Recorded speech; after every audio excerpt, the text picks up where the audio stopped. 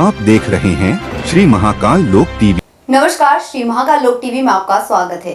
आपके साथ मैं हूं आरती गहलोत। आइए रुक करते हैं ताज़ा खबरों पर। उज्जैन के एक किसान ने अपने खेत पर जाने के लिए प्रधानमंत्री नरेंद्र मोदी से हेलीकॉप्टर की मांग की है। दरअसल किसान ने गांव के दबंगों पर आरोप लगाया है कि उसके खेत के आसपास दबंगों ने कब्जा कर रखा है और उसे खेत में नहीं जाने दिया जाता।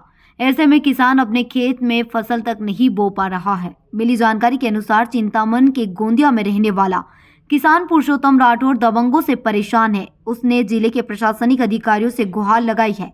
उसने कहा है कि जब वह और उसका परिवार खेत पर पहुंचता है तो उनके साथ मारपीट की जाती है। उसने मामले को लेकर लिखित में शिकायत भी की, लेकिन कोई सुनवाई नहीं हुई, जिसके कारण उसने जिला प्रशासन के माध्यम से प्रधानमंत्री नरेंद्र मोदी से हेलीकॉप्टर की मांग की है। उसका कहना है कि वह हेलीकॉप्टर से खेत में उतरकर काम करेगा।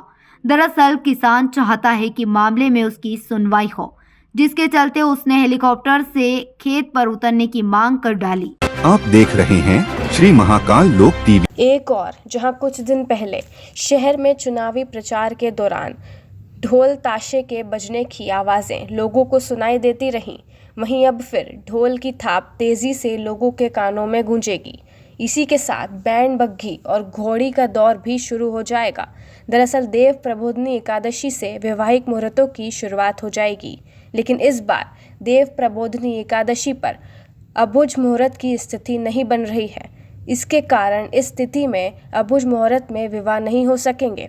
दूसरी ओर देव प्रबोधिनी एकादशी के बाद नवंबर माह में 29 नवंबर, 30 नवंबर और फिर 2 दिसंबर, 6 दिसंबर, 8 दिसंबर और 12 दिसंबर को वैवाहिक मुहूर्त रहेंगे। दिसंबर के इस मास में धनु मास आरंभ हो जाएगा, जिसके चलते वैवाहिक आयोजन मकर संक्रांति के बाद हो सकेंगे। गौरतलब है कि धनु मास को मल मास भी कहा जाता है। धार्मिक मान्यता के अनुसार इस मास में कोई भी मांगलिक कार्य नहीं किए जाते हैं। इसके पश्चात मकर संक्रांति के बाद 16 जनवरी से वैवाहिक मुहूर्त शुरू होंगे, जो अप्रैल और मई तक बने रहेंगे। लेकिन इस दौरान मार्च मास में मीन मास की शुरुआत हो जाएगी, जिसके कारण वैवाहिक आदि मांगलिक कार्य नहीं हो सकेंगे। यह मीन मास 15 मार्च से 15 अप्रैल तक रहेगा। ज्योतिषाचार्य पंडित अमर डब्बावाला ने बताया कि दिसंबर में लगने वाले धनु मास में मांगलिक कार्य नहीं होंगे, जबकि मार्च में आने वाले मीन मास में भी मांगलिक कार्य नहीं होंगे। मीन मास में लोग धन्य धान और सुख शांति की कामना से देवी साधना जरूर कर सकेंगे। कार्तिक मास के शुक्ल पक्ष की एकादशी से ही विवाह के मुहूर्त या मांगलिक कार्य की शुरुआत हो जाती है, क्योंकि शुक्ल पक्ष की एकादशी अर्थात कार्तिक मास के शुक्ल पक्ष की एकादशी को देव प्रबोधिनी एकादशी या देव उठनी एकादशी या 11 के नाम से जाना जाता है। धर्मशास्त्रीय मान्यता के अनुसार इस दिन से मांगलिक कार्य की शुरुआत हो जाती है। यहीं से अबुझ मुहूर्त के भी योग शुरू होते हैं। हालांकि इस बार देव उठनी एकादशी पर अबुझ मुहूर्त की स्थिति नहीं है, कुछ कारण दूसरे भी बन रहे हैं, किंतु अगले क्रम से अर्थात नवंबर 29 से 31, 29 नवंबर, 30 नवंबर, 2 दिसंबर, 6 दिसंबर, 12 दिसंबर, 8 दिसंबर ये विवाह के मुहूर्त हैं। उसके बाद में धनुर्मास का आरंभ होगा, अर्थात मल मास आरंभ हो जाएगा। उस दौरान 1 माह का विश्राम रहेगा। उसके बाद पुनः जनवरी 16 तारीख से मकर मास अर्थात मकर संक्रांति के बाद विवाह की शुरुआत हो जाएगी। यह शुरुआत अप्रैल मई तक बनी रहेगी।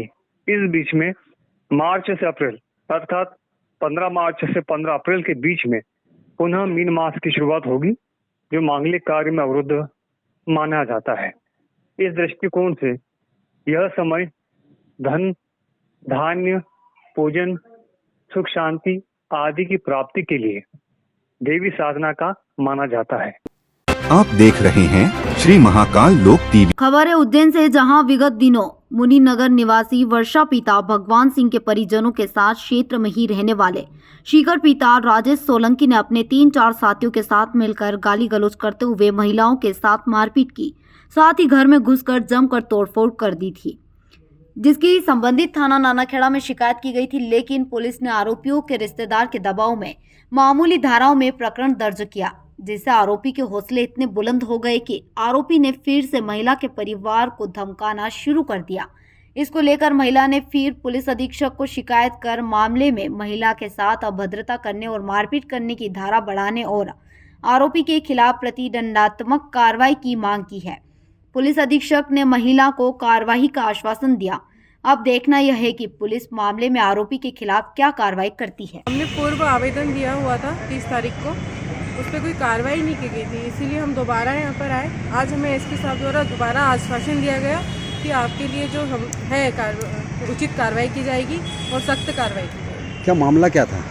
मामला 25 तारीख की रात को मारपीट का था और उस FIR होने के बाद भी शिखर सोलंकी और उसके पिता द्वारा दोबारा 27 तारीख को हमारे घर में घुसकर मारपीट की, तोड़ाताड़ी की गई, संपत्ति को नुकसान दिया गया और 4 लोग और थे उसके साथ, उन पर भी कोई कार्रवाई नहीं की गई और न शिखर सोलंकी पर दोबारा कोई कार्रवाई की जा रही है, न ही धाराएँ बढ़ाई जा रही है। छेड़छाड़ी भी करी भाभी के साथ, सब कुछ हुआ, लेकिन उसके ऊपर इतना सपोर्ट है उसके साथ कि हमारी कोई कार्रवाई नहीं हो रही, हमें न्याय नहीं मिल रहा।